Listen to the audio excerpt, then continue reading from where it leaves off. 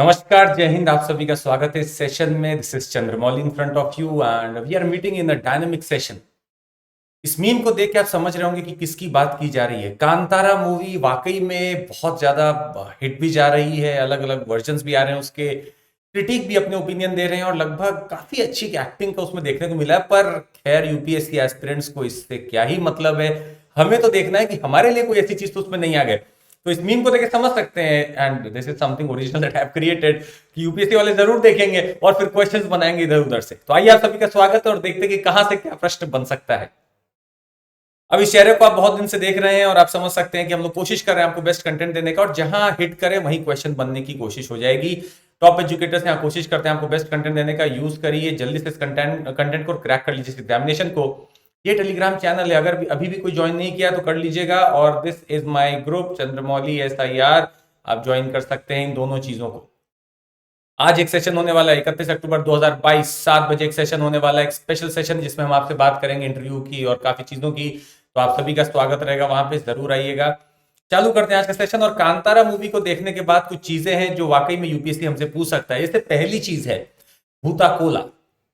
अब ये नाम हो सकता है आपके समक्ष आ जाए एंड इन द पेपर, अगर आपसे पूछा गया प्रीलिम्स में, या फिर ये पूछ सकते हैं मेंस में कि व्हाट आर सम ऑफ और what are the relevances, what is the relevance of maybe some folk dances, folk festivals etcetera. तो ये देख सकते हैं आप, भूताकोला एक एनुअल रिचुअल है, परफॉर्मेंस की जाती है, where local spirits of the deities are worshipped. It is believed that a person performing the ritual has temporarily become a god himself. उस मूवी में भी लगभग यही दिखाया गया है कि एक पूजा की जाती है, एक वर्शिप की जाती है और आसपास के स्पिरिट से रिक्वेस्ट किया जाता है और वो वाकई में खुद में या शरीर में समा जाते हैं। So this performer is both feared, डर भी लगता है देख के, and respected in the community and is believe to give answers to the people's problems. अब लोग अपने अपने सवाल पूछ सकते हैं और माना जाता है कि उनमें शक्ति है कि वो जवाब दे सके आपसे। तो ये भूताकोला है। अब आइए देखते हैं आखिर ये होता क्या है। There are several Bhutas who are worshipped in the Tulu-speaking belt of दक्षिण कन्नड़, उत्तर कन्नड़ा एंड उडुपी डिस्ट्रिक्ट्स। तो एक बार हम आपको दिखा दें कि दक्षिण कन्नड़ा, उत्तर कन्नड़ा, उडुपी डिस्ट्रिक्ट ये कहां पे आपके बनते हैं। ये आप देखेंगे ये वाला पार्ट, तो आप देख सकते हैं उडुपी है, दक्षिण कन्नड़ा है, ये आपका कसरगोड डिस्ट्रिक्ट है केरला का। तो यहां पे देखा जाता है कि several bhutas are worshipped in the Tulu speaking belt. तो तुलु एक हमारे लिए एक इंपॉर्टेंट पॉइंट मिलता है कि आखिर ये क्या है। इट इज यूजुअली परफॉर्म, ये जो भूताकोला होता है usually perform in small local communities and rural areas. As per Tulu Adivasi tradition, Bhutakola or Daivakola is a non-Vedic ritual where Bhutas or Daivas are worshipped.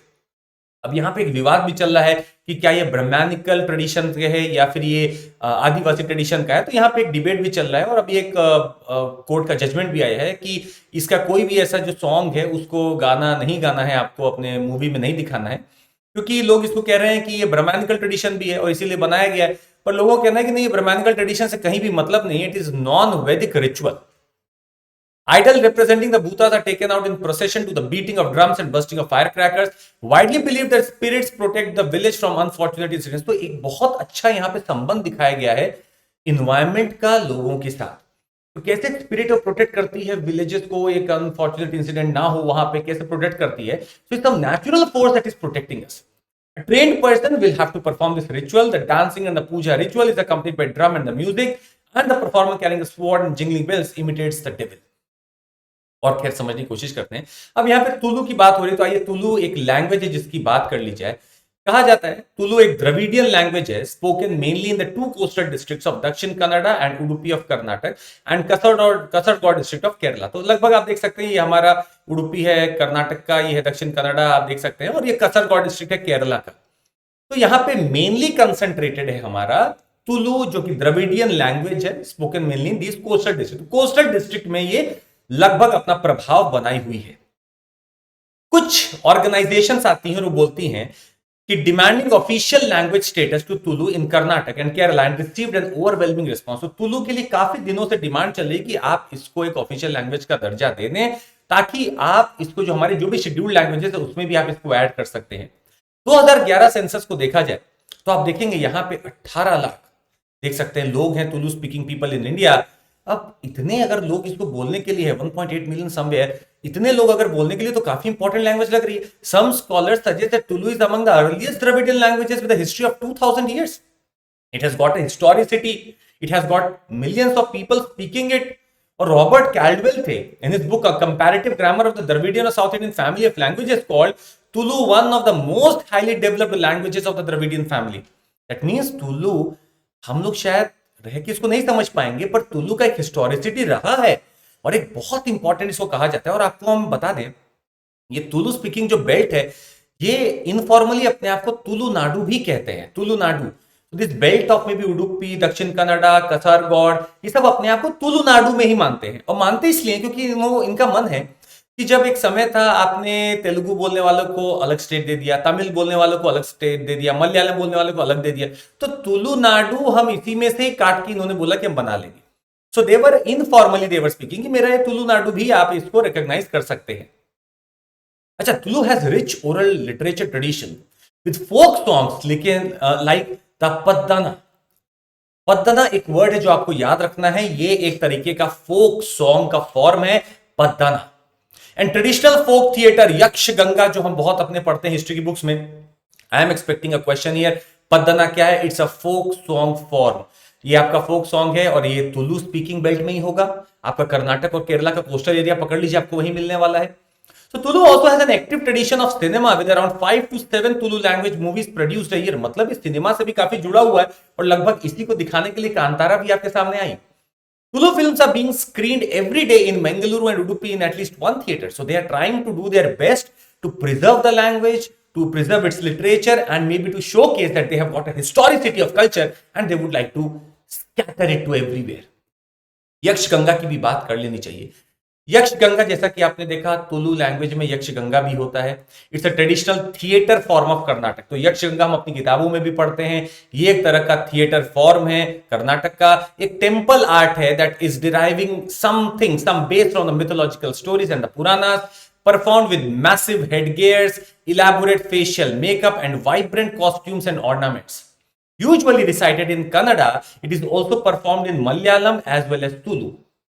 तो ये देखने को मिलता है कि ये आपका मलयालम में भी परफॉर्म किया जाता है और तुलु में भी किया जाता है। Perform with percussion instruments like chenda, maddalam, jagate, chengila, तो ये सब यूज होता है। तो मतलब कहीं ना कहीं तबले और कुछ ना कुछ आवाजों के साथ ही किया जाता है। तो परकशन जो भी इंस्ट्रूमेंट होते हैं जिसमें साउंड बनाई जा सकती है, वो यक्ष गंगा यूज करता है। और आप देख सकते हैं कैसे हेडगियर एक पहने हुए हैं, कॉस्ट्यूम भी दिख रहा है। तो यक्ष गंगा एक थिएटर का फॉर्म है। कहां पे? कर्नाटका में। अच्छा, अब यहां पे एक चीज और निकल के आती है। इस मूवी से रिलेटेड एक वराह रूपम या वराह रूपम या अवतार की बात की जा रही थी, तो उसके लिए भी अब हमें कुछ देख लेना चाहिए। वराह अवतार भगवान विष्णु का माना जाता है। God Vishnu said to have taken the Varaha avatar. और इसका साक्ष्य जो हमें स्क्रिप्चर में कहीं देखने को मिलता है कि कहीं ना कहीं लिखा हो, तो आप देखें गुप्ता पीरियड की बात की जा रही है। Udayagiri caves at Udaygiri caves of Madhya Pradesh, 20 rock cut chambers were excavated during the Gupta period, two of which bear inscriptions from the reign of Chandragupta II। These caves are vital documents since they constitute the earliest intact body of Hindu art in India। इनमें एक केव है जिसका 5वां number है, जिसको कहा जाता है वराह केव। तो आप इमेज में देख सकते हैं 5वां केव है वहां उदयगिरी का, और ये वराह केव है। तो देखेंगे आप कितना बड़ा एक bore incarnation of God Vishnu है। आप देख सकते हैं ये बोर का, इनका जो पूरा मुंह है वो मुख है जो वो बोर का है। And this is said to be an incarnation of god and lord Vishnu rescuing the earth goddess from the chaos in the presence of adoring gods. और यहाँ पे सब एडोरिंग गॉड हैं, सेंट्स हैं, उनके साक्ष्य में वराह अवतार धरती को बचा रहे हैं। तो कहा जाता है, एक स्टोरी है कि हिरण्यकश्यप एक रहते हैं। हिरण्यकश्यप क्या करता है कि किडनैप कर लेता है भूदेवी को या गॉडेस अर्थ को and confined her to the cosmic ocean. Vishnu takes this Varaha avatar and rescued her and restored her to the rightful position. She is shown hanging on to the right tusk. तो ये आपको Udayagiri cave, that's very important, you have to remember this. Udayagiri cave है, Gupta period का बहुत बड़ा एक ये innovation रहा है। अच्छा, ये चीज आपको एक जगह और मिलने वाली है, वराह केव रॉक टेम्पल भी है, जो कि आपको महाबलीपुरम या ममल्लापुरम में भी मिल जाएगा। It was declared world heritage site by UNESCO in 1984 and it is estimated to date back to 7th century CE under the rule of Pallav dynasty। तो वराह सिर्फ उदयगिरी में ही नहीं है, महाबलीपुरम में भी आपको दिख जाएगा। और इसको यूनेस्को का भी वर्ल्ड हेरिटेज साइट का दर्जा मिला हुआ है। खैर, महाबलीपुरम बहुत ही इंपॉर्टेंट है। 2019-20 में तो काफी चर्चा में था जब मीटिंग्स हो रही थी वहां पे। And it is estimated to date back to around 7th century CE। तो वो 5 गुप्ता पीरियड आपका 5 सेंचुरी हो गया, ये 7th century हो गया। इस कदर आप इसको याद रख सकते हैं। और ये प्रश्न आ सकता है कि वराह कहां कहां पाया जाता है, वराह टेम्पल कहां कहां मिल सकता है। तो एक तो उदयगिरी केव हो गए जो आपको याद रखने, और दूसरे हो गए आपके महाबलीपुरम की। क्या महाबलीपुरम में वराह केव है? हाँ। क्या उदयगिरी केव में है? बिल्कुल है। तो इन चीजों पे प्रश्न बन सकता है। आज के लिए बस इतना ही, मिलते हैं अगले सेशन में। आपको बता दें कि प्लस और आइकॉनिक दो तरह के हमारे पास होते हैं सब्सक्रिप्शन आप ले सकते हैं। सीएमसी कोड पे आपको लाभ मिल जाएगा। कॉम्बो आपको लेना है जिसमें जीएस प्लस ऑप्शनल दोनों होते हैं, तो आप उस पर भी लाभ ले सकते हैं सीएमसी कोड पे। ऑप्शनल सिर्फ अगर आपको लेना है तो सीएमसी कोड पे आपको वो भी लाभ मिल जाएगा। You can take this. Plus last mile program हमारा होने वाला है जहां पे हम देने वाले इंटरव्यू गाइडेंस। सो जो भी मेंस निकालेंगे उनको बोलिएगा अपना डैफ सबमिट कर देंगे, so that we can help them out. और हमारा डाउट्स ब्राउज फीचर भी अब आ चुका है। प्रीवियस ईयर क्वेश्चंस वहां पे मिलने वाले हैं, आप उसको सॉल्व कर सकते हैं, देख सकते हैं, उसका सोल्यूशन पढ़ सकते हैं। We have already started with the batches. Go for it and you can try to see them. We are having the batches of standard, maybe these educators that are giving a lot of content. Use it. और एक होने वाला है championship. इस championship में भाग लीजिएगा। ये है 13 नवंबर को 11 बजे। 40 करोड़ का स्कॉलरशिप तक मिल सकता है लोगों को, मतलब अलग अलग लोगों को मिलने वाला है। और इसको यूज करके आप कोई भी हमारे एडमिशन ले सकते हैं किसी प्रोग्राम में। We are already having the optional carnival running as PubMed, mathematics, anthropology, PubMed ये सब चल रहा है। आप देख सकते हैं, लाभ ले सकते हैं। सीएमसी का है ये। And we have the 57 out of 79 questions in the UPSC mains were from our test series. That's very fascinating. You can understand कि टेस्ट सीरीज में बहुत ध्यान दे रहे हैं। आप भी लाभ ले सकते हैं सीएमसी कोड पे, पूरा इसका लाभ ले सकते हैं। और आपको ईएमआई का सुविधा भी हमारे पास। पूरा पैसा एक बार में नहीं देना है, आप आराम से अपना ईएमआई बना लीजिए। Just give me a call and you can make your EMIs. Complete feature आ चुका है ऐप में, आप एक दूसरे से कंपीट करके बहुत कुछ जीत सकते हैं, उसका लाभ ले लीजिए। And that will be all from my side. निरंतरता ही सफलता की कुंजी है, जो निरंतर है वही सफल है। Thank you so much, take care, Jai Hind. मिलते रहिएगा ऐसे। Bye bye, take care.